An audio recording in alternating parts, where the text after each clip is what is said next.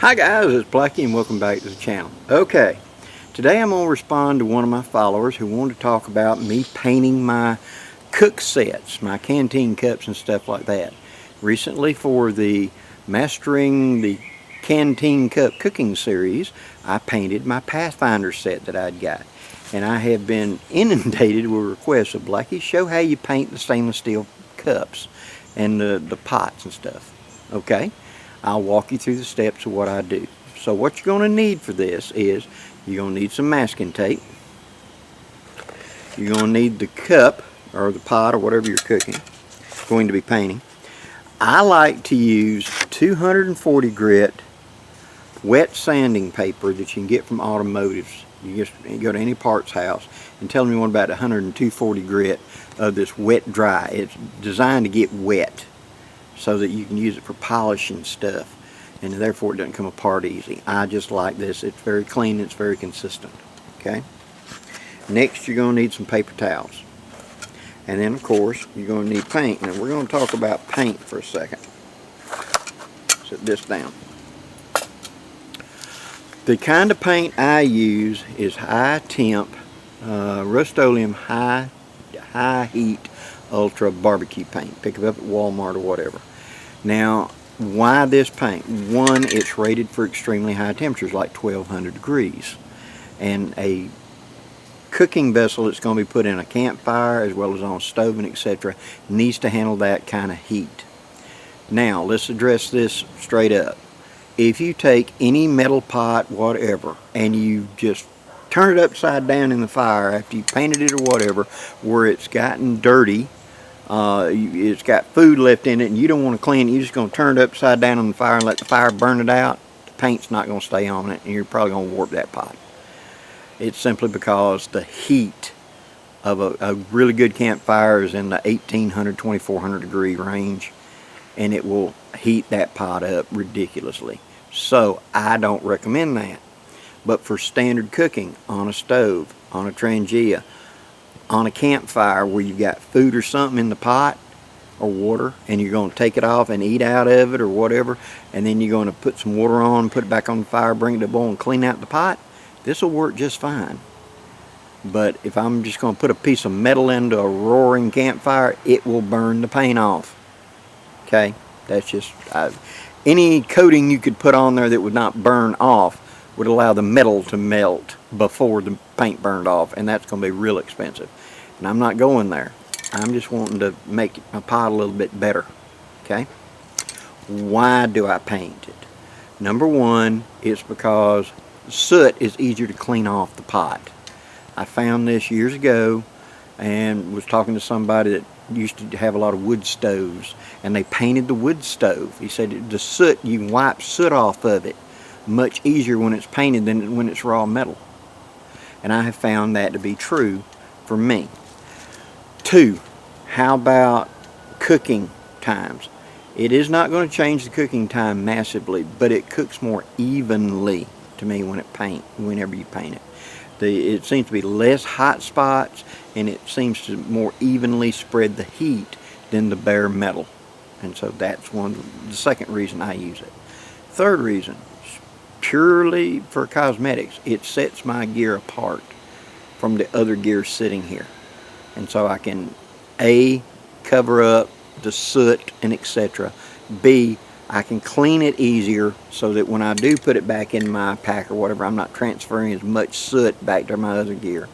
3, it cooks a little more evenly, and it's something I can look. There's 40 of us sitting around a fire. There's no doubt that's my canteen cup, you know, sitting there on that stump. We got a bunch of us around the table, and we're all cooking and doing stuff, and you're sitting stuff down, you're using your headlamp at night and everything else. Is this mine or your cup? It's Blackie's cup because it's painted. Okay. Now, this comes in black. They also make this in a silver. Are there other colors? Yes, but you're going to have to go onto Amazon, eBay, something like that, and look for it. High temperature stove paint. Do a search for that, and it will bring up. But I'm going to tell you, it's going to be something like 20-something bucks for a can of paint that's rated for that. What they're being used for is to paint like stoves, wood stoves, things like that. Also, there's a type of high temperature paint that goes all the way up to 1800 degrees that's for painting the brake calipers on performance cars, where it's, you know, cast iron. You can spray paint it to match the car, so to speak. Those are going to be expensive paints. So for budget, I just do black. But if you want color, some other color, and when I did the search on Amazon, I found a metallic hunter green that sounded intriguing, that I may end up with a can of it and give it a try, because I do need to coat my old Swedish, boy, got tongue tied. My old Swedish stove needs another coat, and so I may paint it green. We shall see. And when that happens, I'll do a video on that. But yes, you can. Now, what are we going to do? The first thing you're going to do is you're going to clean your cup, your pot or whatever, and get as much soot off of as you can if it's been in the fire. This one is not, so I don't have to do that. Also, if there's any kind of oil on it or whatever, Dawn dishwashing liquid, something like that, to make sure there's no oil on it.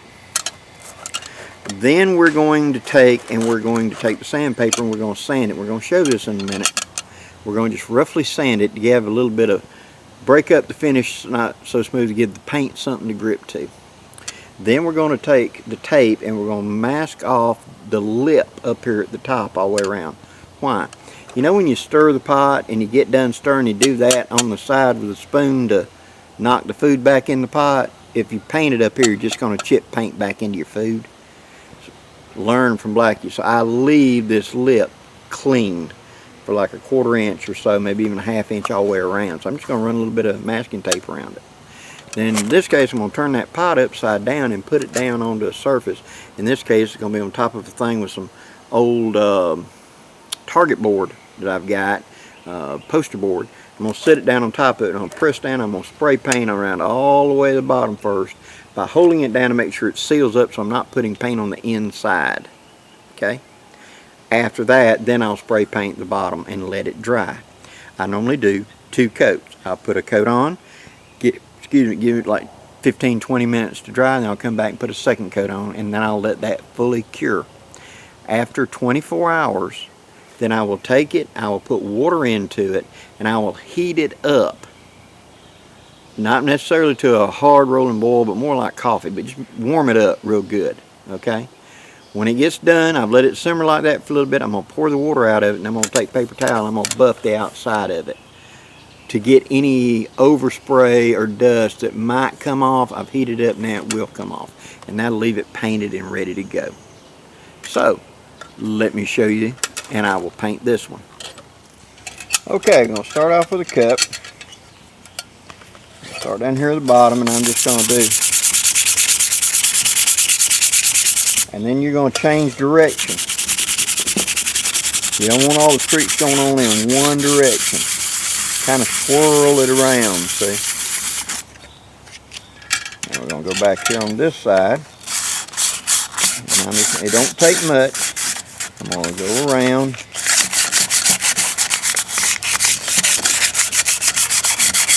Go one direction, change directions, and then spiral it. So I'm going to go sideways, and then I'm going to go up and down. And then I'm going to swirl.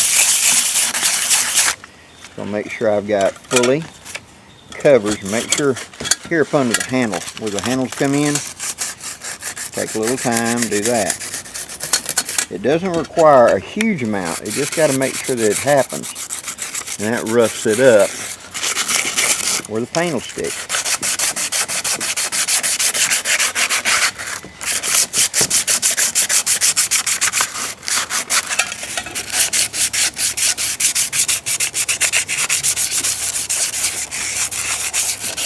Okay.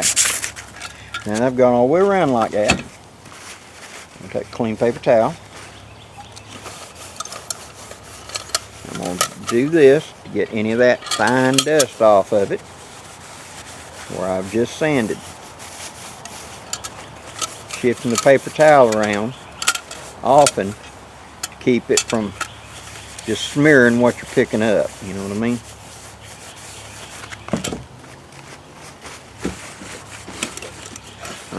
It's now been roughed up. Now for masking, I'm going to take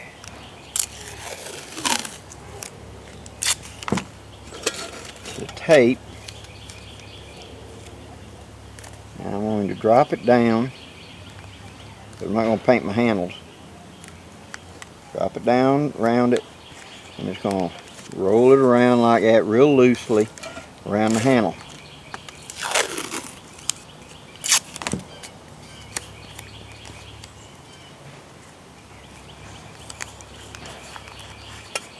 Use the construction in the background. They're building a house on the county, they're working on a culvert on the county road back behind me over here. And we got end loaders and all kinds of stuff over there digging and working.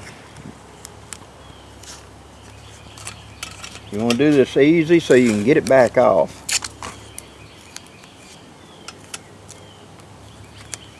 Make it too precise, it'll take forever to get it off this round stock. So, just like this.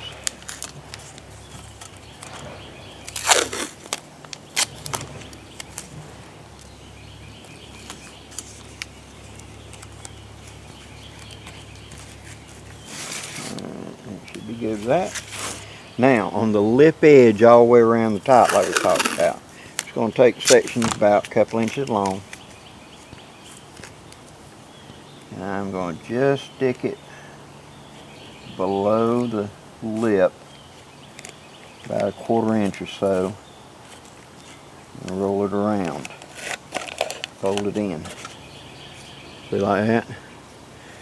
It doesn't have to be precise, it just got to be where it'll keep it from getting up on that. Getting it into the food container side of it.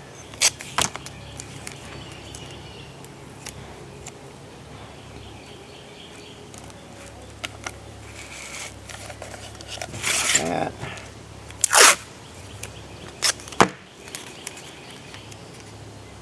Now, and also notice that Blackie's doing this without his glasses on, so we are using the foils.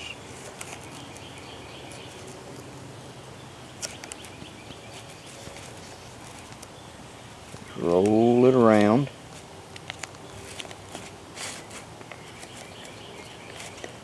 Just like that.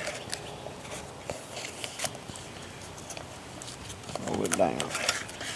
Now make sure that edge is fully pushed down. And you can do like that. If you got a piece sticking down, kind of like a point where you tore a piece, just take your thumbnail and roll it up out of the way. There we go. Alright, now you need to put it down onto something you can press down on so it seals.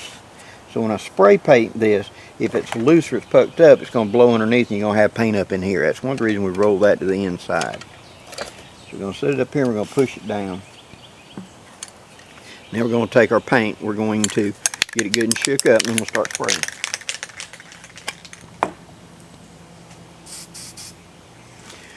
Okay, I'm going to start here on the back, putting those handles out of my way, because I'm going to go right between them, pushing down. I'm going to open them up.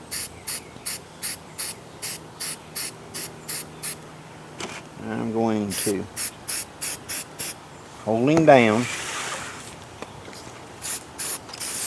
start on that bottom edge, and working my way to the top. Holding it down, start on that bottom edge, and working my way to the top. Now I get the top.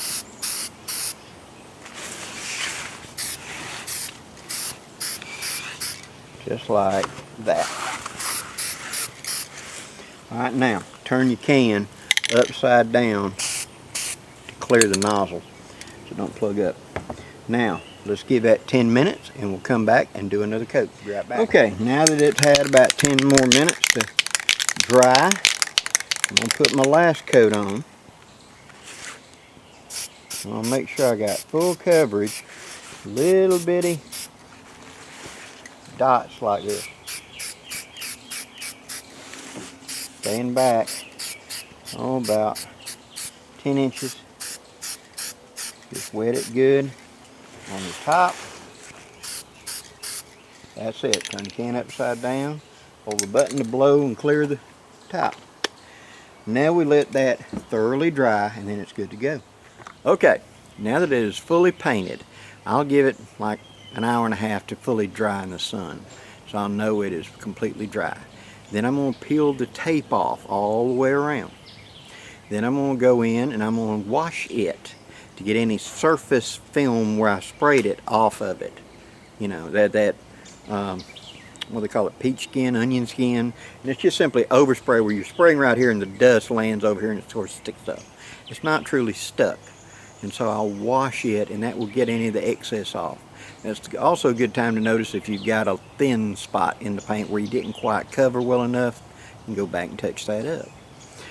After I have washed it, like I said, I will put water into it and I will heat it up on a stove or something like that, bringing it up not necessarily to a hard rolling boil, but at least to a point of where it's say 99% of a boil, you know what I mean, hot coffee type deal. Then I'll pour it out, clean it up again a little bit, take a paper towel and buff it, and that will be done then, and then it's field worthy. I will utilize it in my field kit, whatever.